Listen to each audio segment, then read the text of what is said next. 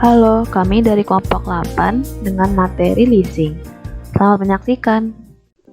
Pak Yono adalah owner perusahaan manufaktur pipa besi. Saat ini perusahaan sedang kebingungan karena perlu membeli mesin baru, akan tetapi tidak memiliki dana yang mencukupi. Kemudian oleh temannya, Pak Yono diberitahukan tentang leasing.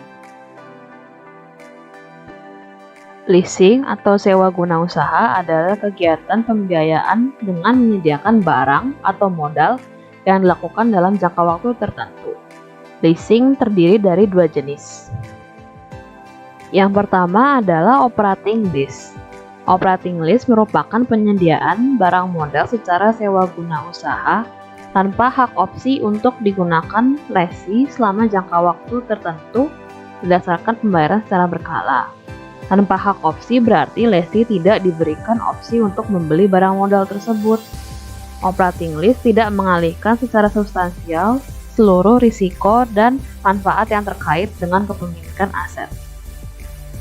Yang kedua yaitu financial lease atau sewa guna usaha di mana lesi pada akhir masa kontrak mempunyai hak opsi untuk membeli objek sewa guna usaha berdasarkan nilai yang disepakati.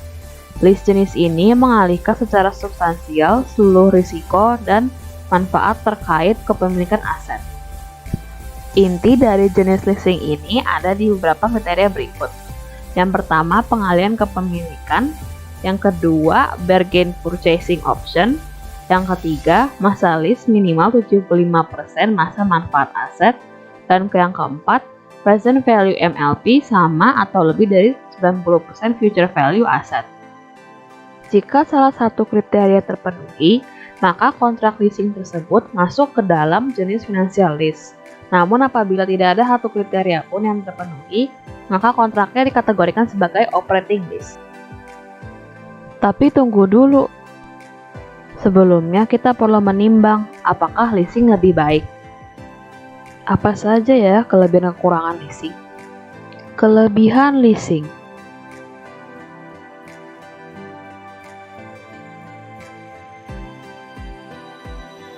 Leasing menyediakan pendanaan 100%.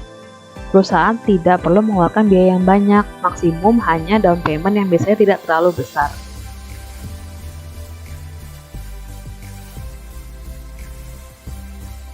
Leasing tidak akan meningkatkan nilai aset atau liabilitas perusahaan pada laporan keuangan.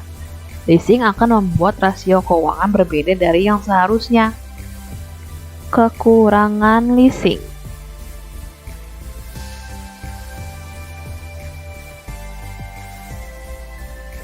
Lesi tidak diperbolehkan untuk melakukan modifikasi pada aset tanpa disetujui oleh lessor.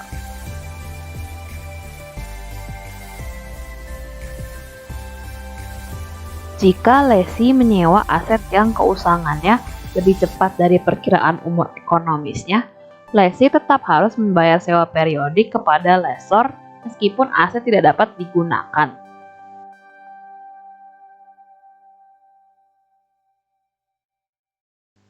Pada beberapa kontrak leasing, tingkat pengembalian kepada lessor cukup tinggi. Nah, setelah mengetahui kelebihan dan kekurangan leasing, maka dapat didiskusikan apakah leasing sesuai dengan target yang ingin dicapai perusahaan atau tidak. Finally, barulah perusahaan dapat mengambil keputusan.